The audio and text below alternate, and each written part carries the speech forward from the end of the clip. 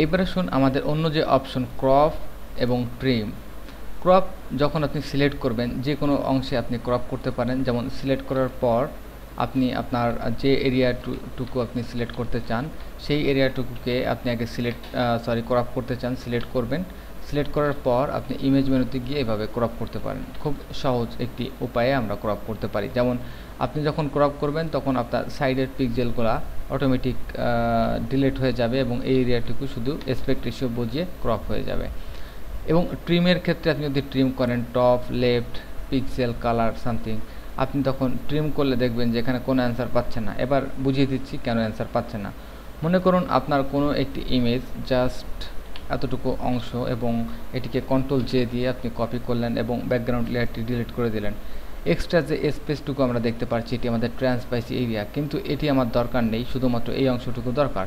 এমতো অবস্থায় আপনি ইমেজ মেনুতে ক্লিক করে ট্রিম অপশনে ক্লিক করবেন এবং টপ, লেফট, পিক্সেল এবং কালার এবং bottom right pixel, colour, transparency pixel. তো আমরা এখান থেকে জাস্ট ট্রান্সপারেন্সি পিক্সেলটি সিলেক্ট করে দিলে অটোমেটিক আমাদের ট্রান্সপারেন্সি লেয়ারটি ক্রপ হবে।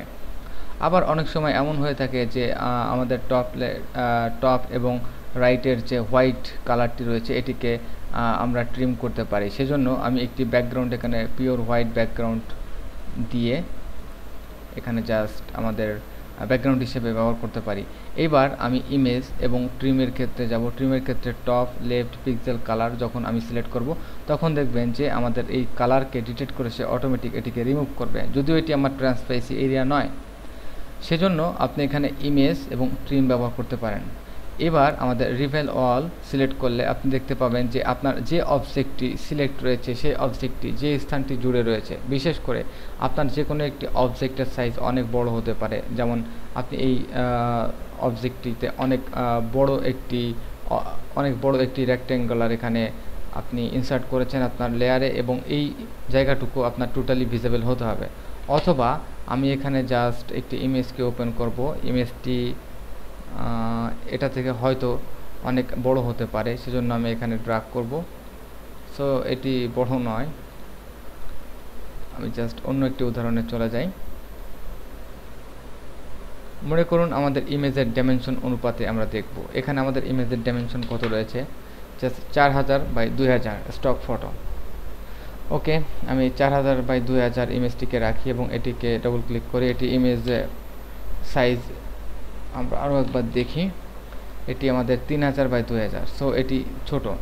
তো এমতো অবস্থায় আমরা যদি এই ইমেজটিকে এখানে ড্র্যাগ করি এবং ড্র্যাগ করার পর আমরা দেখতে পাচ্ছি অতিরিক্ত কিছু এরিয়া আমাদের এই ইমেজটি দখল করেছে, যেমন লেফট সাইডে।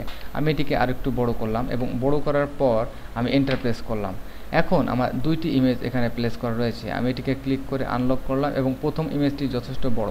আমি যদি এখন ইমেজ এবং ইমেজের রিভেল অল করে দিই তাহলে আমাদের এই ইমেজটির টোটাল এরিয়া এবং এটিকে ড্র্যাগ করে উপরে নিন, তখন দেখবেন যে এই সাইজটির সাথে এই সাইজটির কোনো মিল নেই। এবং উপরেরটা সিলেক্ট করে যদি ইমেজ আপনি এখান থেকে রিভেল করেন তাহলে কাজ হবে না, সবসময় বড় অবজেক্টটিকে সে দেখবে।